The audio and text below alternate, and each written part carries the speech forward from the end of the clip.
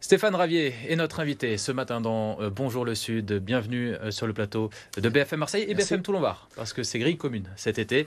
Vous êtes sénateur des Bouches-du-Rhône, conseiller municipal de Marseille, président du groupe Marseille d'abord au conseil municipal. Stéphane Ravier, vous avez publié une lettre sur vos réseaux sociaux pour dénoncer l'annulation par le tribunal administratif de l'arrêté municipal pris par la commune de Carry-le-Rouet visant à interdire le port du burkini sur les plages. Le tribunal juge qu'il s'agit d'une atteinte grave aux libertés fondamentales. Ce n'est pas votre avis?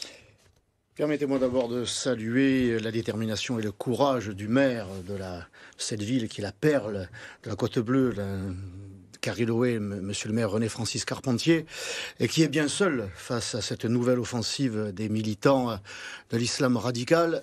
J'ai une nouvelle offensive parce que, souvenez-vous, il y a 2 ans déjà, dans nos collèges et nos lycées, on avait voulu imposer l'abaya et le camis. Et moi, je m'étais mobilisé. Le ministre de l'Éducation nationale de l'époque m'avait donné raison.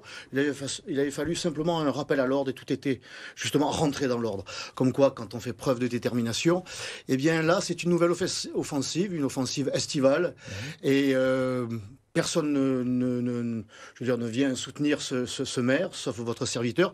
Le ministre de l'Intérieur, Bruno Retailleau, est plus impliqué à déchristianiser notre pays par la suppression du lundi de Pâques que de soutenir ce maire. Donc, ce maire, eh bien, son arrêté qui a été pris il y a 4 ans quand même, et ça ne posait aucun problème. Aujourd'hui, il a fait face à des militants qui ont porté l'affaire en justice. On peut compter sur la Ligue des droits de l'homme pour jouer contre la France, puisqu'elle avait déjà fait condamner la ville de Beaucaire à 100 000 € d'amende pour avoir installé une crèche. Et là, on défend au nom des libertés le port du burkini, qui est de toute évidence, qui n'est pas un maillot de bain ordinaire, qui est un étendard, je dirais, islamique, qui marque une volonté de séparation. Qui, de toute évidence, constitue un trouble à l'ordre public. Le tribunal, justement, n'a dit qu'il n'y avait pas de trouble à l'ordre public et seul effectivement un motif lié à l'ordre public, à l'hygiène ou à la décence peuvent fonder une interdiction. C'est le Conseil d'État qui l'a décidé dans une jurisprudence en 2016.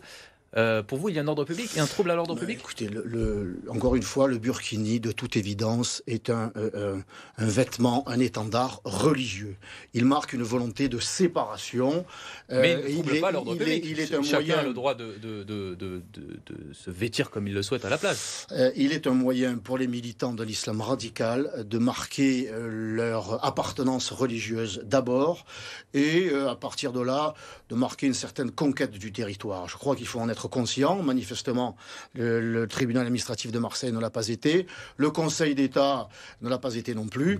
Eh bien, face à cette faiblesse juridique, moi, je propose d'inscrire dans la loi notre volonté de protéger les maires, leur population, de cette offensive islamiste, encore une fois, en interdisant le port du burkini, non seulement sur nos plages, mais dans les piscines publiques, parce qu'il en va, encore une fois, de la cohésion nationale, et puis aussi pour protéger notre modèle, notre identité.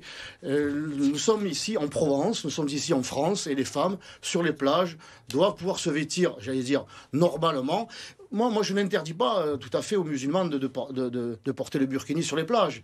Elles peuvent le porter sur les plages algériennes, saoudiennes, iraniennes. Mais ici, encore une fois, nous sommes en Provence, nous sommes en France, ce n'est pas notre modèle, ce n'est pas notre identité. Les femmes ici sont libres, elles ne doivent pas être invisibilisées par ces vêtements qui sont des étendards religieux. Merci beaucoup Stéphane Ravier. Vous allez donc déposer un texte pour proposer une loi qui interdit le port du burkina, l'inscrire dans la loi. On guettera, on suivra le processus législatif qui s'en suivra. Nous verrons quels sont mes collègues les plus à même de répondre à cette urgence, de protéger les maires et les populations et notre identité. Merci beaucoup d'être venu sur le plateau de Bonjour Marseille.